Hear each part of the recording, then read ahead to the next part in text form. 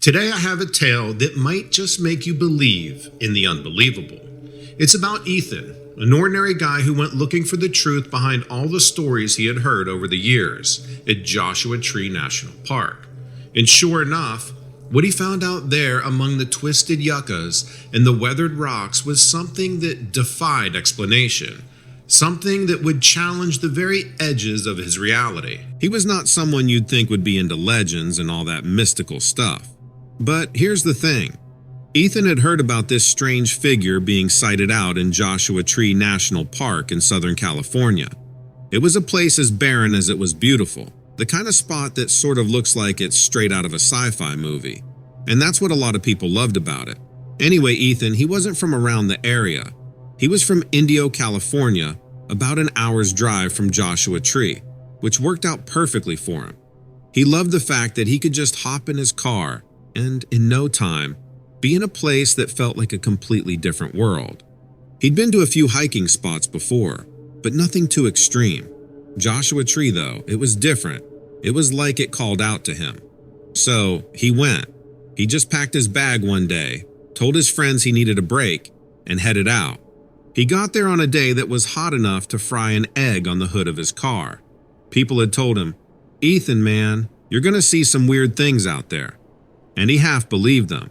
The desert can play tricks on you, right? Heat mirages and all that. But Ethan, he had this feeling that there was something more out there, and he was determined to find it. So he started walking. He had his map, his water, the basics. He wasn't planning to go all Bear Grylls or anything. He just wanted to see if there was any truth to the tales. For hours he walked. And the desert, man, it's like a sea of sand and rock. It's easy to feel like you're going nowhere. As the sun started to dip, Ethan realized he'd gone further than he meant to. The map didn't make much sense anymore, and his water was running low. That's when the nerves kicked in. He tried to keep cool, retracing his steps, but everything looked the same. Rocks, sand, the odd cactus standing there like a lonely hitchhiker. It got darker, and Ethan, he started to feel like maybe he made a really big mistake. But he didn't want to panic, so he did his best to hold it all together. He took a few deep breaths, but while trying to calm himself, he saw it. At first he thought his brain was just short-circuiting because he was getting scared. But this thing moved, sort of glided across the sand. It definitely wasn't a person, not at all. It was too tall, too thin, and moved in a way that was just off. The limbs were elongated, stretching out with an elegance that was unsettling, almost like the branches of an old desert tree, reaching for scarce moisture in the cool night air. Its skin, or what seemed like skin, shimmered with a blend of the earthy tones of the landscape, a perfect camouflage against the vast canvas of the desert. It was there, yet not quite there, flickering at the edge of visibility as if it was a part of the desert itself, an embodiment of the parched terrain. Ethan stood there trying to do the simplest thing, breathe.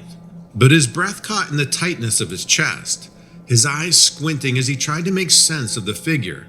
It had no face that he could make out, just a smooth head that he had tapered to the rest of its body, giving nothing away as to what it was thinking or planning.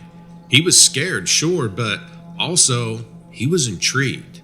This thing, whatever it was, it didn't really seem to mean him any harm. It then looked like the creature beckoned him, and Ethan followed because, well, what else was he going to do?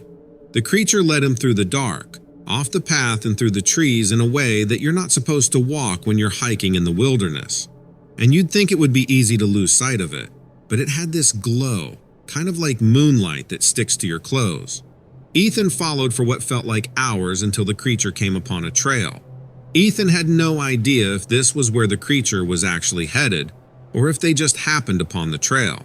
Either way, the creature stopped, turned to him, and it was weird, but Ethan swore it smiled. It didn't have a mouth, but it smiled, like maybe its eyes lit up or something. He doesn't really know. Then it just faded away, like smoke on a breeze. He found his way back to where he started, and when he told his story, some didn't believe him, but others, they nodded, said they'd heard of this before. It became another legend of Joshua Tree, a new tale for the campfires. Ethan never forgot it. He went back to his little apartment in Indio, but a part of him stayed out there in the desert with that strange silent guide. It was a real twist for him, and he'd gone looking for answers but ended up with more questions. But maybe that's just how it goes with legends. They're not to be solved. They're there to make you wonder and to add a bit of mystery to the world and keep us thinking.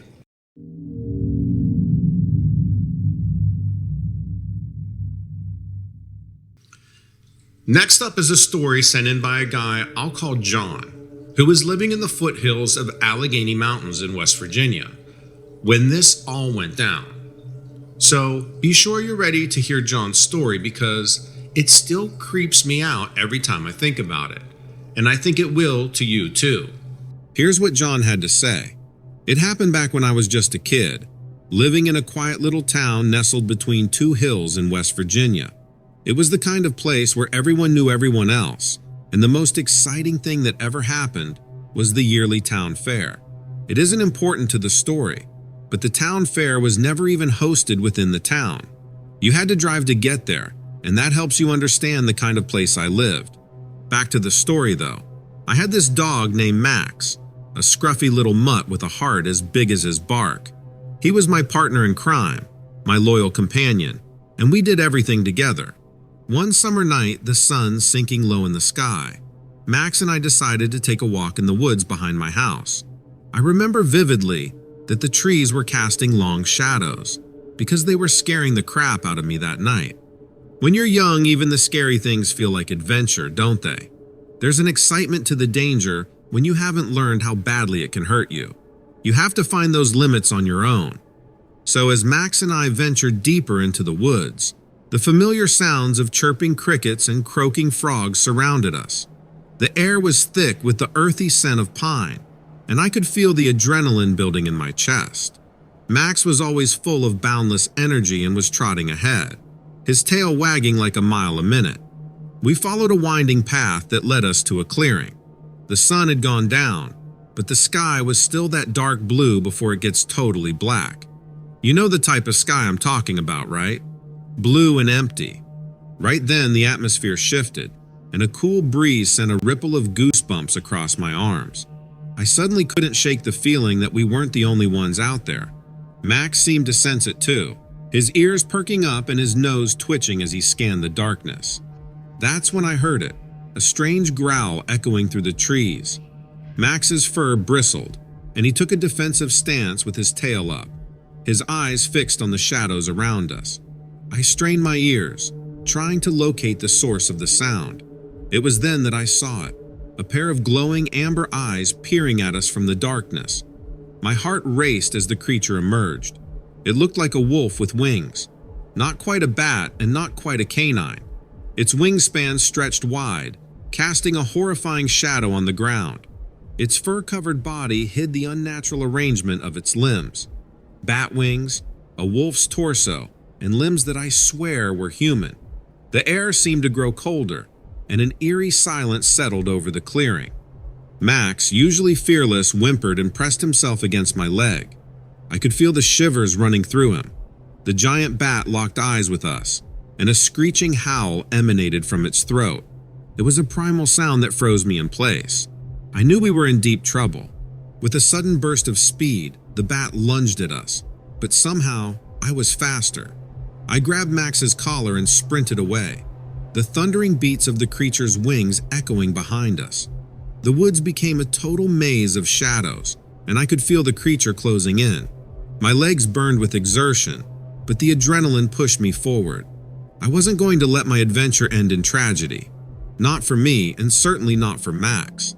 He barked frantically as we zigzagged through the trees, the bat's menacing howls still echoing in the air.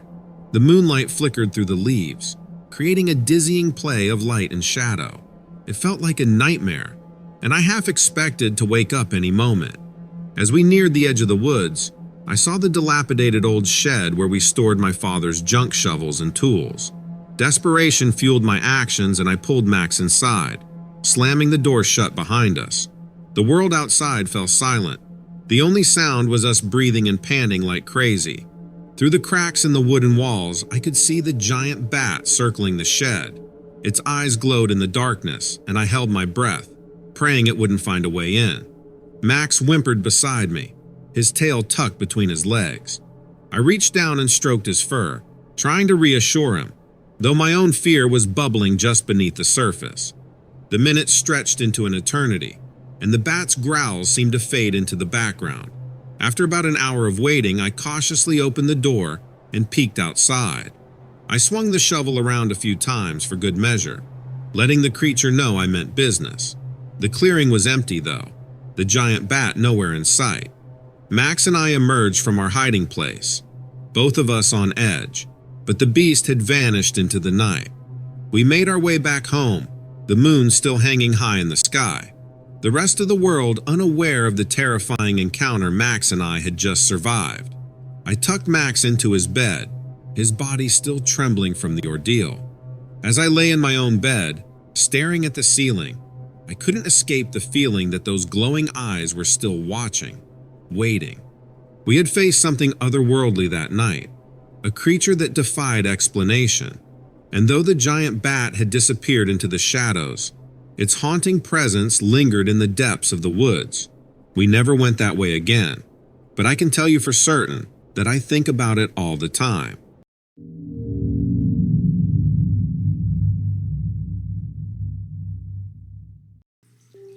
Jordan had been a park ranger at the Yellowstone National Park for more than a decade when he experienced this unimaginable experience that changed his life. He had spent hundreds, maybe even thousands of hours patrolling the park, but still had only touched foot in a small percentage of it. Yellowstone is larger than the state of Rhode Island and Delaware combined. It's over 2.2 million acres. Jordan's days were a blend of routine patrols and managing some of the craziest and unexpected happenings in one of the most geothermally active areas on the planet. One crisp morning, as the sun was just rising, Jordan set out on his usual route near the geothermal zones. The earth here literally seemed to be alive, breathing steam from vents and fissures. For him, it was a constant reminder of the powerful forces at work beneath the surface of the earth. As he made his way through the area, clipboard in hand, something unusual caught his attention. It was a shadowy figure, or so it seemed, moving near one of the larger steam vents. At first, Jordan chalked it up to the way the sun was coming through the misty air, a mirage created by the rising steam in the early morning sun. But as he squinted for a better look, the figure remained there, standing out against the misty backdrop. Driven by a mix of curiosity and concern, aware that visitors often wandered off the marked paths, sometimes with dire consequences, Jordan decided to investigate. Approaching the area with caution, the figure became clearer, and Jordan's initial curiosity shifted to confusion.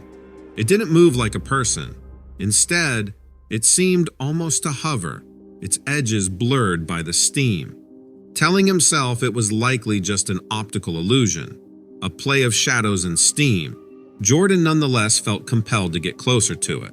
If there was even the slightest chance someone was in trouble, it was his responsibility to check it out. The terrain grew more challenging as he neared the vent, the ground hot and treacherous beneath his boots. But as he tried to get closer, the figure seemed to drift further away, leading him deeper into the geothermal field. Jordan's sense of unease grew with each step.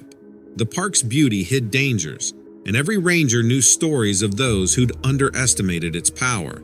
And then suddenly, the figure vanished.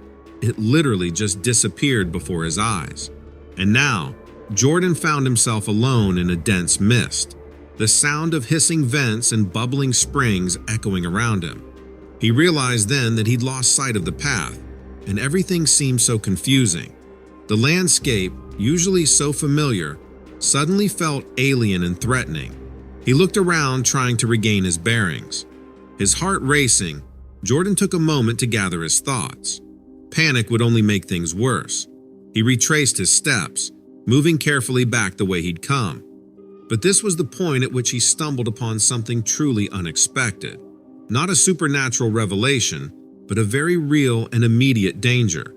A new fissure had opened in the ground, not far from the main path, hidden by the steam and easily missed in the shifting light. This was something the park absolutely needed to be aware of, and it was a sobering reminder of how dangerous the area could be, especially to those visitors who don't follow the rules and leave the paths. Jordan marked the location, planning to return with a team to secure the area and warn visitors. The figure he'd seen, he now surmised, was maybe not a trick of light and steam, but something otherworldly, a supernatural being or life force that appeared with the sole purpose of showing him the new danger in the park, almost as if the park itself had sent this life force. Back at the ranger station, Jordan reported his findings, the experience leaving him with a renewed respect for the park's power. The mystery of the figure and what it really was remained in the forefront of his thoughts for many days. But for Jordan, the real revelation was the reminder of nature's unpredictability, the constant need for vigilance in the face of its beauty and dangers. He continued his work with a deeper understanding of the balance between awe and caution, and how important his job was since he and other rangers are tasked with protecting both the park and those who came to marvel at its wonders. The park, he knew, held many secrets, some revealed by science, others left to the imagination, but all under the watchful eyes of those who knew it best.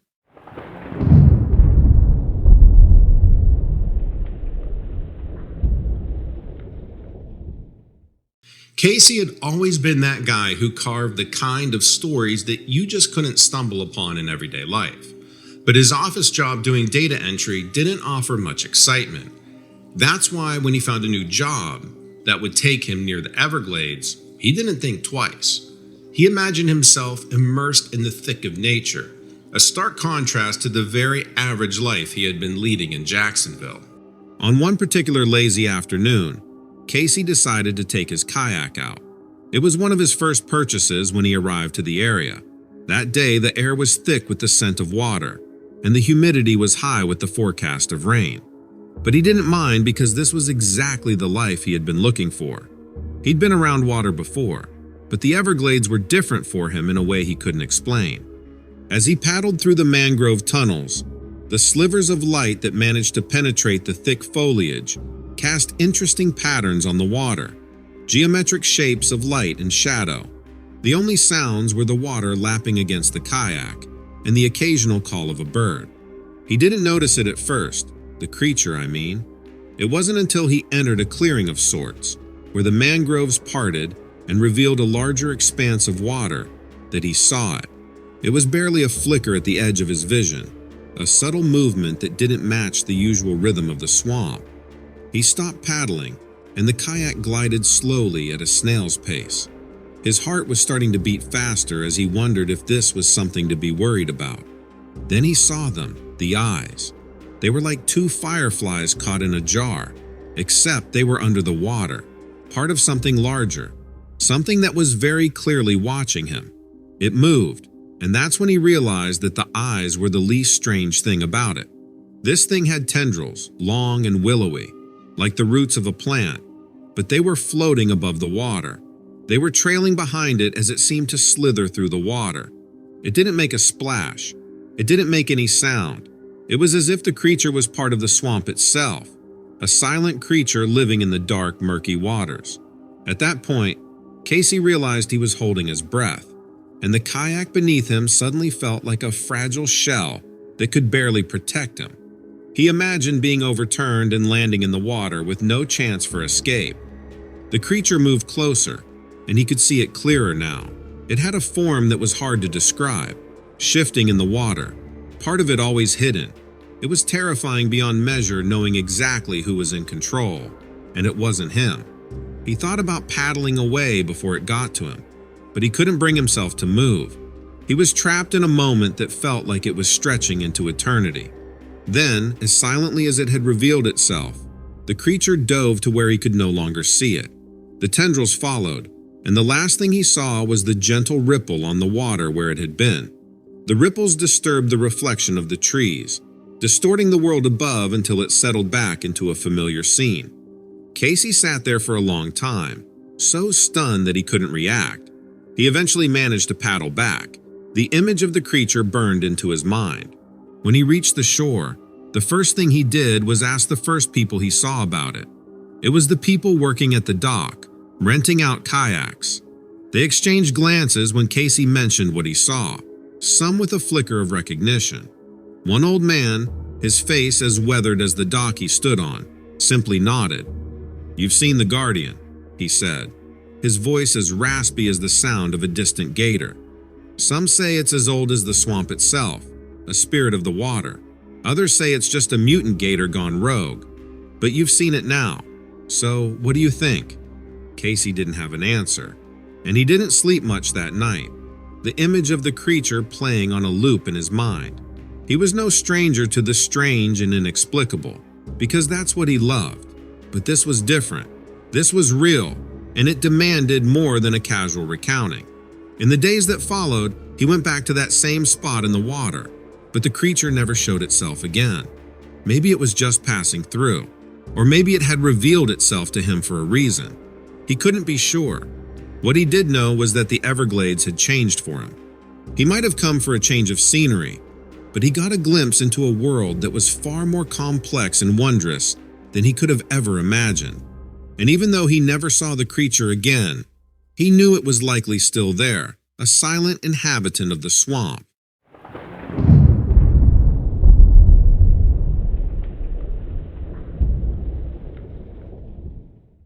It was spring of 2014, and I was staying with friends in Salt Lake City for a few days. The weather was fantastic. The roads were clear, and it seemed like the perfect time to stretch my legs and head out on a solo trip overnight to see some great hiking trails. I had never hiked in Utah before, but I was excited to see some of its beautiful forests and trails, and to just check it out for a few days.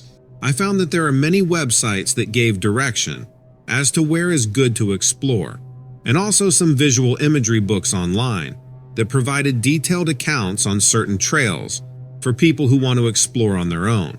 This saved me a lot of money and time by planning out the trails for myself. So I drove the 4-hour or so trip south to Dixie National Forest, found a beautiful spot to camp and settled in. The beautiful rock formations made me think I might stay longer than I had intended. It was absolutely gorgeous. An hour or so later, I ventured out and found a nice trailhead with a little bit of everything. Mountains with waterfalls, cliffs, small caves, and forest. I had my backpack ready with plenty of water and snacks, along with a camera and first aid kit. I had never hiked with so many beautiful things to look at. In fact, I was starting to feel overwhelmed on which trail I should take, and wanted to be sure to see all the best stuff. There were not very many people out hiking yet, and after a few hours my mind started playing tricks on me. It seemed like there was always someone in the shadows of every corner. Was this my imagination, or was something else going on? Maybe I just really needed to relax and clear my head. Maybe this weirdness was just detoxing the real world out of my system. Anyway, I stayed alert and just walked forward. I didn't venture off the trail since I did not want to be careless in case there may have been bears or other wild animals lurking around. I was also thinking there might be snakes hiding off the trails, and I'm crazy, stupid scared of those. After about another hour of walking, the sun suddenly went down, and it became very dark.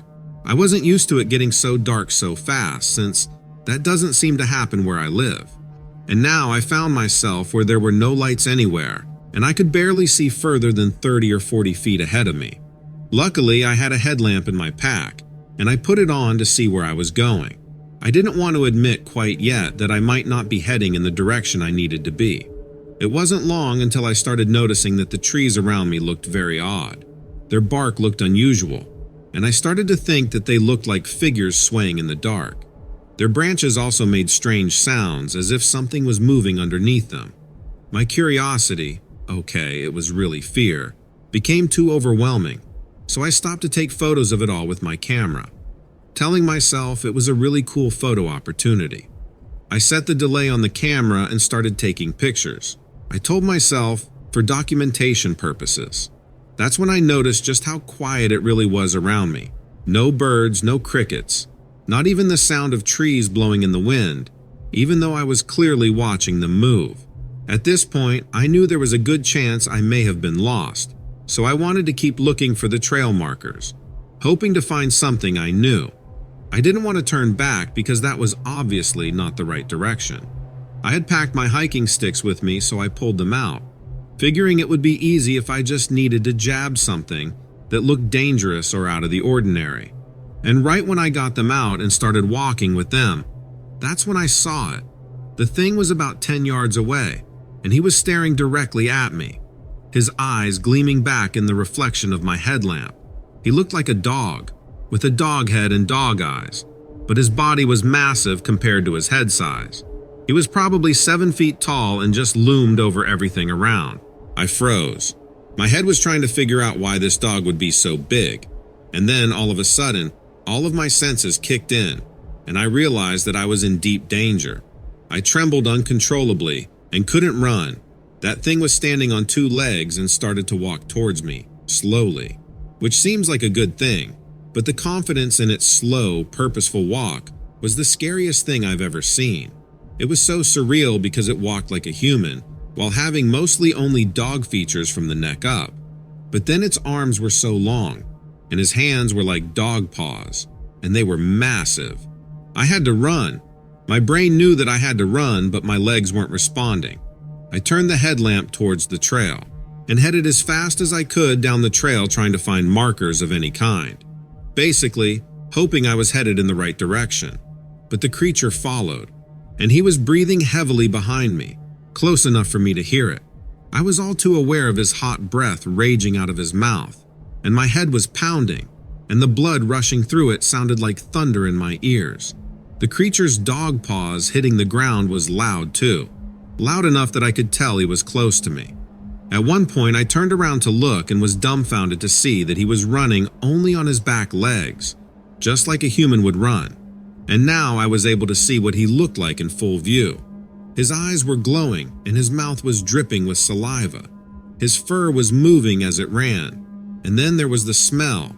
It was all terrifying. And then, in what seemed like a split second, before I could do anything, he was right next to me, almost as if like magic, and he swatted at me, but I dodged away just in time before turning and continuing to run for my life. The thing's dog claws cut through my long-sleeve shirt and barely missed my skin. The thought of getting seriously injured or even killed ran through my mind. It was all too real at this point. I knew I had to get out of there, fast, before this thing got another chance at me, since he was obviously very fast, very smart, and very sneaky. I kept running as fast as my legs could move, until the creature finally gave up chasing me. It just totally disappeared as quickly as it had appeared. I knew it had given up, or basically decided to stop on its own, because it had already proved to be much faster than I could have ever run. And next, all I was aware of was that I could hear a dog barking in the distance. Was it the creature or someone's pet? Hopefully someone's pet. But the barking seemed to be getting further and further away, with each passing second, so I couldn't figure it out. The truth is that the barking actually made me feel a little bit safer, thinking that maybe it was just a regular pet dog after all. But I still didn't know for sure, so I kept running, hoping to find someone who could help me. And then, just like that, I came across a trail marker that I had never seen before. I studied it for a second and then realized that it was taking me in the right direction. So, from there on out, I pretty much just followed the markers and eventually made my way back to camp. I can't tell you how this encounter has completely changed my life. It's been over 7 years at this point, and I still won't solo camp or head out on the hiking trails alone. The fear of being alone is so strong for me now. I just hope that someday I can put this trauma behind me and get back to being myself. Even now, that creature runs through my head every time I go out on the trails with friends, and I truly feel like something bad is going to happen, that the thing is always there. Honestly, that encounter still haunts me to this day, like some sort of unreal dream, but very real. I'm scared. I just don't know if I will ever be myself again. On a positive note, I did get a picture of the creature while it was chasing me. I just need to figure out how to get it online.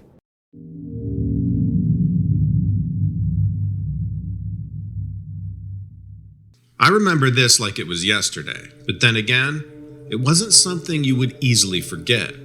The four of us, all childhood friends, had sort of a camping tradition among us. It was me, Kurt, Danny, and Bill. We had grown up together, but life took us on a different path, like it often does. However, we always made sure to reconnect through a yearly camping trip. This particular year, we had gotten a late start. It was around noon and we found ourselves on the path to Piney Hollows, the picturesque forest spot nestled against the Greenbrier River. It was just a couple of hours outside of Springfield, Illinois. Piney Hollows was one of my favorite places in the world. It was a smattering of oaks, pines, and maples spread as far as the eye could see. It was as tranquil as it could get. No murmurs of city noises, just the steady rhythm of nature. We managed to find a suitable camp spot near the river, where the ground was even, and the trees provided decent cover. While Kurt and Bill wrestled with the tents, Danny and I set off to gather firewood. The job was quick and easy, and so, with an armful of branches, we circled back to our base where the tents were just about set up. Although we all hurled a few insults at each other about how slow the others had been. But it was all just in fun, as we were just boys being boys. As the evening settled in, shadows began skirting around the edges of our tents. Marshmallows were roasted above the fire, and beers were passed around, and the story sharing kicked off. Some stories were hilarious, some nostalgic, some just downright impossible. The night stretched on as we sat there laughing and talking. Now, before I share what happened next, it might be worth recalling that Piney Hollows is known for its tranquility. It's one of those places where you could meditate to the chirping of birds and the whispering of the wind. Not once did we expect, let alone prepare for, what we were about to experience. After all, we were there to enjoy nature, share some laughs, and enjoy each other's company. Underneath the dim light of the camping lanterns, the woods seemed to take on a different hue. What was green and friendly during the day started to appear dark and shadowy. It was well past midnight, and we were still up, talking and joking by the dying fire. Suddenly, out of nowhere was an echoing call.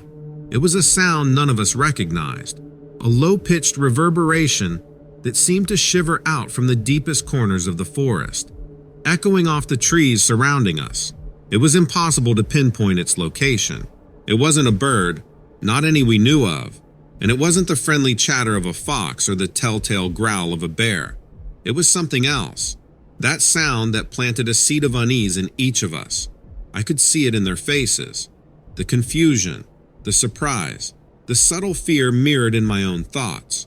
But there we were, four childhood friends, in the middle of our camping ground, not knowing the sheer terror awaiting us as the night progressed. We should have left right then, but following the straying sound back to its origin seemed like a good idea at the time. Maybe it was the alcohol, or our collective curiosity, or just plain recklessness, but we decided to seek out whatever was making that noise. We didn't doubt our intuitions. After all, we'd stomped around these woods as kids and knew every creature that trotted, crawled, or flew around. Venturing deeper into the heart of the forest, our steps, drunken whispers, and the rustling of the leaves were the only sounds heard against the still night. Our flashlights swept across the underbrush. The call echoed again, closer this time, a guttural sound that sent shivers spiraling down my spine. It wasn't just fear, it was a sort of primal terror, something you'd feel when you know you're being preyed upon. It happened in the blink of an eye. Unearthly yellow eyes emerged from the darkness. We had found the creature we were looking for. It was grotesque in a way I don't know how to describe. It stood on its hind legs like a human, in a way, but it was anything but. It was some sort of giant lizard about 9 feet tall, with bright yellow eyes. It had the torso similar to a man's, but its face, its damn face, held the terror of a dinosaur, or maybe just a freakishly mutant lizard. Maybe it was the shock, or the booze, or the unbearable terror. But we stood frozen in place, staring at those eyes. The reptilian figure quietly watched us, its gaze shifting from one terrified human to the next, its muzzle pulled back in a grin, revealing row upon row of sharp teeth, and then it lunged. In that split second, we became four panicked boys again. Kurt on the lead, We bolted back towards the campsite, every rustle behind us amplifying our terror. Without a moment's delay, we scrambled into our vehicles, hearts thundering against our ribs, our breaths heavy, and our minds spinning.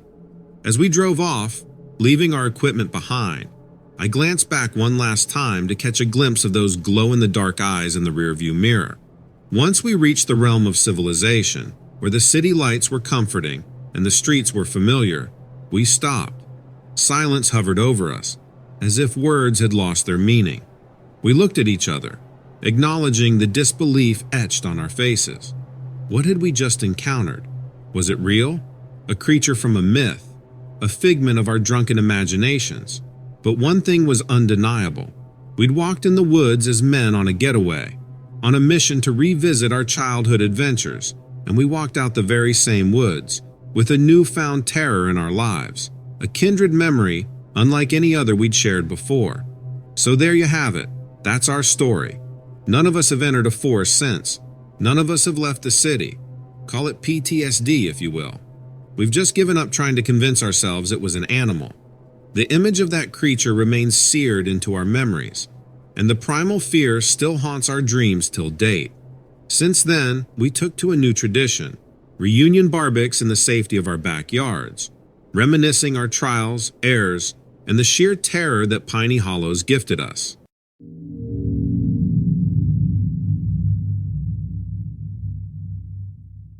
This happened sometime back during one of my escapades around one of Detroit's rundown areas. I have a fascination for abandoned buildings and spaces that have fallen into ruin. I know it sounds a little strange, but it's becoming a pretty popular hobby for a lot of people. Me personally, I'm an amateur photographer, and there's just something special about these old places that makes for good photos. There was an old factory that I had been to a couple of times. It was massive in size and oozing with history, just waiting to be dredged up. I had my bag loaded with my camera equipment, spare batteries, a flashlight, and some water. I wanted to get there in the evening to catch the light coming through the broken windows. Natural light is always best, at least in my experience. The place had an eerie vibe to it, and I hoped to capture that with my camera. So there I was, standing perched at the door, the rusty broken padlocks all old and battered. The things we do for art, I thought to myself before stepping across the threshold. I won't lie, navigating through the hollow carcass of the factory was creepy, the silence broken only by distant drips of water from the leaking ceiling. The cavernous space was a maze, easy to get turned around.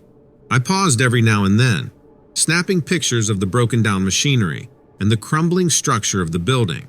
Vines had migrated their way inside through broken windows. It was a goldmine for a photographer. I ended up wandering deeper into the factor than I had before. Normally, I stuck around the entrance. The light was easier to work with there, but something called me elsewhere. I can't explain it really. I just felt this pull towards the interior of the building.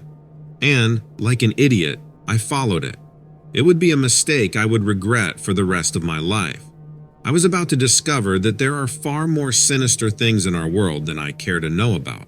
That strange feeling pulled me toward the basement. I went down the empty stairwell, my footfalls echoing through the entire building. It was unsettlingly quiet. When I reached the ground floor, the air seemed charged.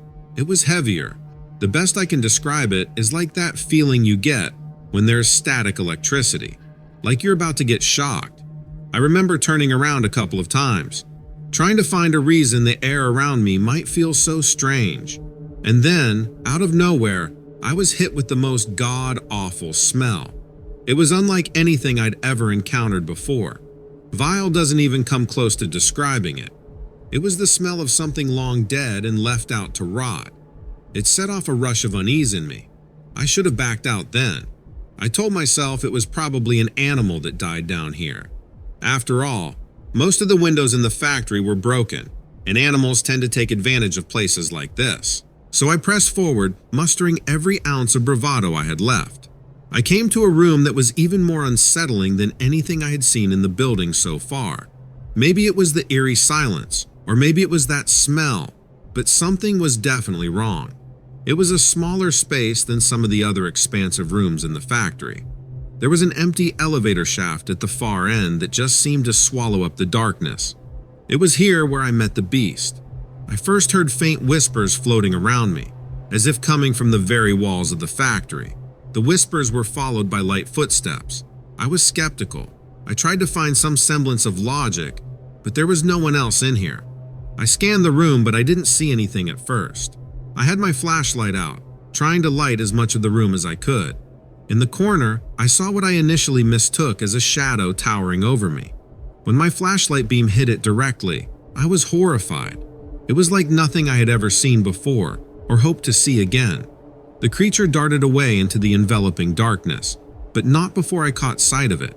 It had to have been around 8 to 9 feet tall. It had the body of a deer or an elk. I'm not quite sure. It was skeletal, with rotting skin barely clinging onto its bony frame. I was certain this horrible beast was the source of the smell. Its head was the most terrifying part.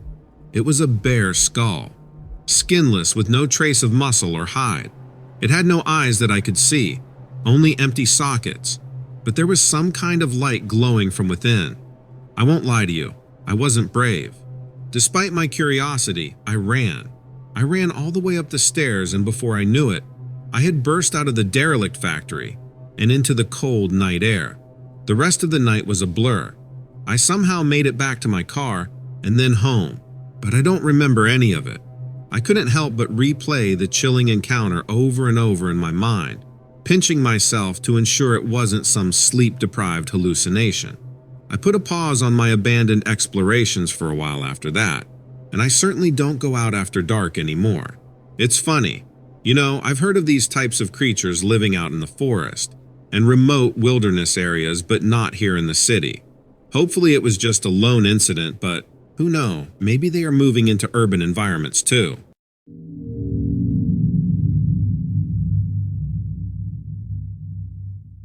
I'm a lighthouse keeper off the coast of Maine, and about a year back, during a particularly violent storm, I had a maritime encounter of a particularly eerie kind. It wasn't something I had ever expected to see, and certainly not anything I could have prepared for. Lighthouses are peculiar beasts. I've worked here for quite a while, and there's a certain homey feeling for me there, but it can get lonely. I've always found them to be a picturesque staple of coastal towns. Got hired on to keep the old lady up and running, and to make sure her beacon shines bright through any storm. The shoreline here is particularly rocky, and in low visibility can be exceedingly dangerous. There was a storm that night that had been brewing for hours. The air was unmistakably heavy with that salty tang that comes before the weather descends. The sky darkened, thunder rumbling in the distance, and the salty sea spray mist hanging in the air. The waves began their vicious dance in the restless wind. I always found storms beautiful. They're just raw power. My old responsibilities had me checking the equipment, stoking the furnace and making sure the lamps were fully oiled and ready to blast their warning signal through whatever nature was about to throw at us. As I climbed the tight spiral staircase, the old structure would creak and moan under the pressure of the battering storm. She was a good, sturdy building, though. I wasn't worried. The rhythmic hum of the rotating Fresnel lens, casting its light over the wrath of the raging sea, was my sole companion in these lonely heights. The waves, savage as they roared and crashed into one another, had an ominous green hue beneath them. I had to look twice. It wasn't something I had ever encountered before, and I couldn't see exactly what was happening beneath the water. The weather was too rough. Nature was king out here. On clearer nights, the ocean is my only neighbor, and it's a quiet, respectful kinship. But during storms like this, the sea seemed to grow, evolve, taking on a menacing persona of its own. Strange noises were carried with the gusts of wind, groans and bellows that sometimes sounded almost, I dare say, alive. It had an otherworldly feel to it.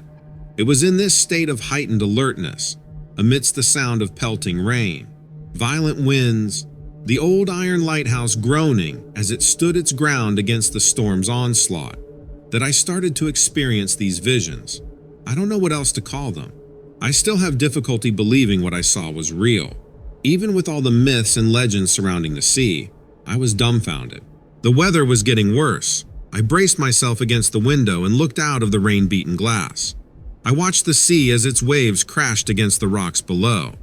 In between a misty swirl of rain and foam, I saw something strange, something unnatural. The waves arose, swirling into a whirlpool and roaring again. At first, I thought the roars were just the sounds of the angry sea, but now I'm not so sure. The water seemed to transform as a vivid shape rose up from the sea. It was larger than a freight ship.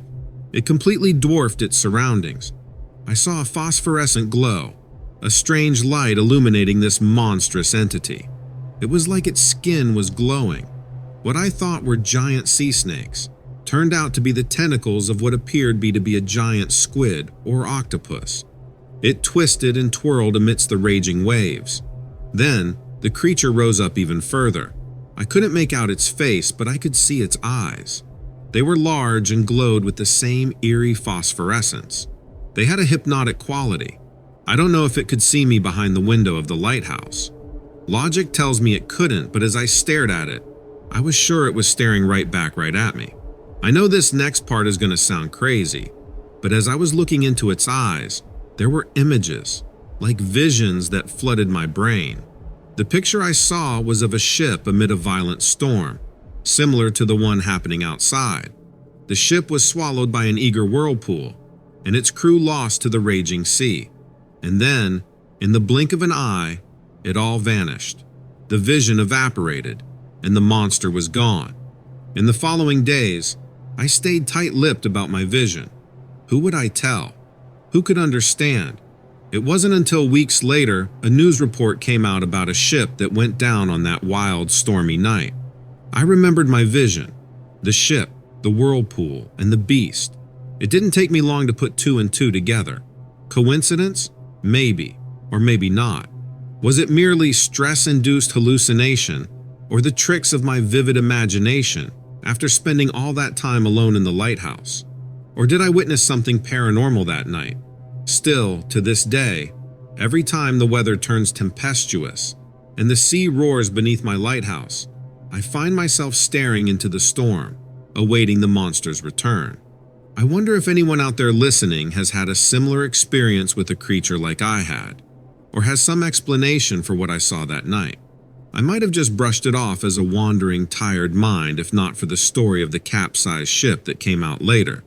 But that's my tale, whether you believe it or not.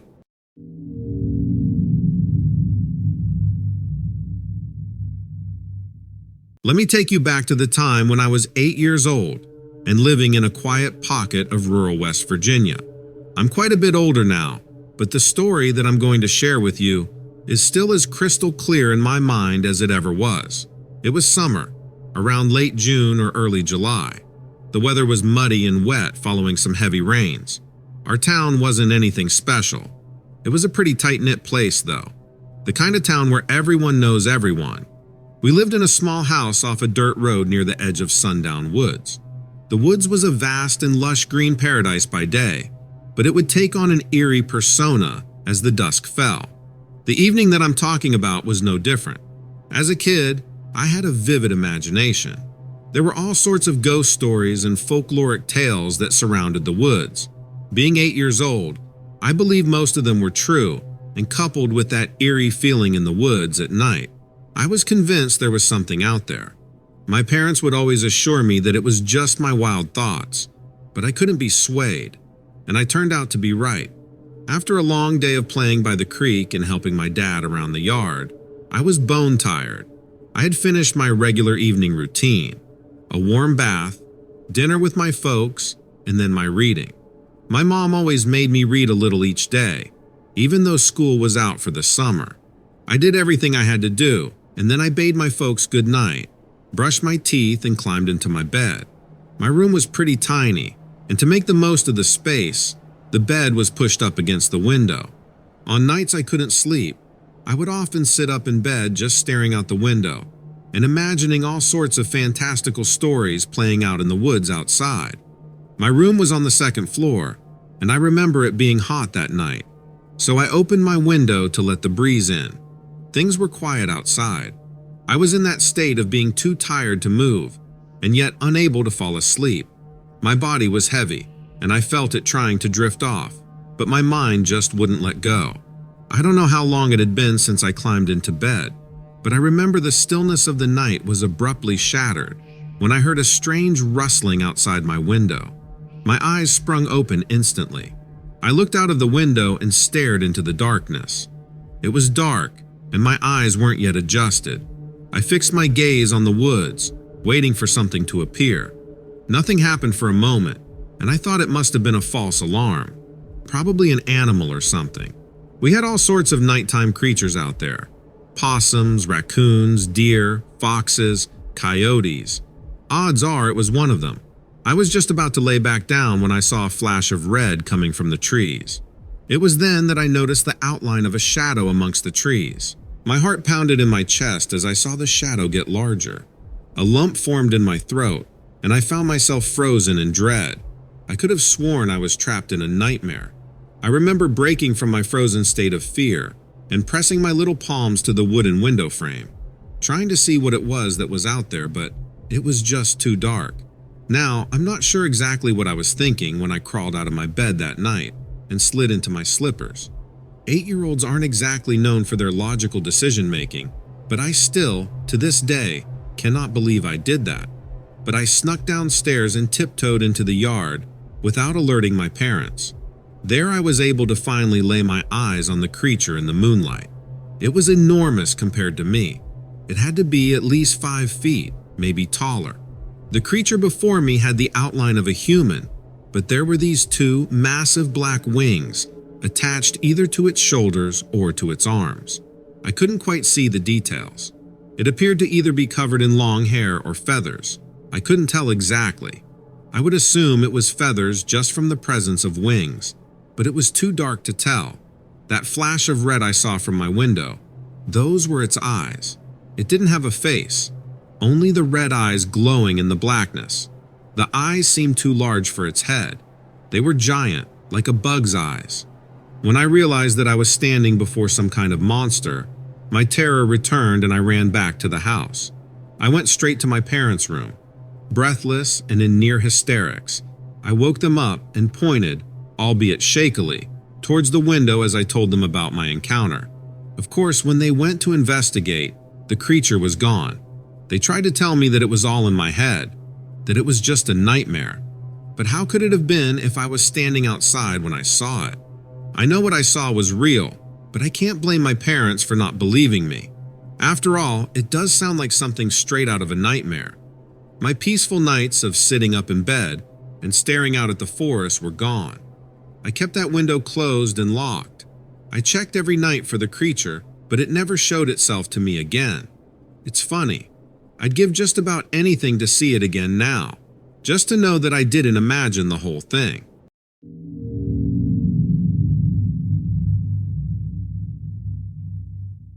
Working as a park ranger in Wind Cave National Park is definitely not for everyone.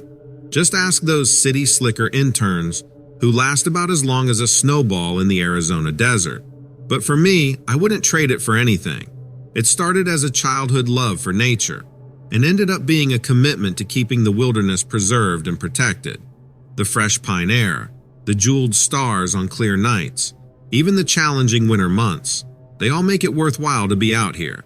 But I didn't write in to wax poetry about the joys of being a park ranger. No, I have a tale to tell, and it's quite a wild one. It all happened during a routine day at the park. For us rangers, the routine varies day by day. One day, we're out maintaining trails. The next, we are checking campgrounds or making sure our visitors aren't jumping the gorges. But that day was different. It was more of a gut feeling, you know the kind. No proof, but you just know something is off about the situation. Well, you might say my morning went by like a breeze that day.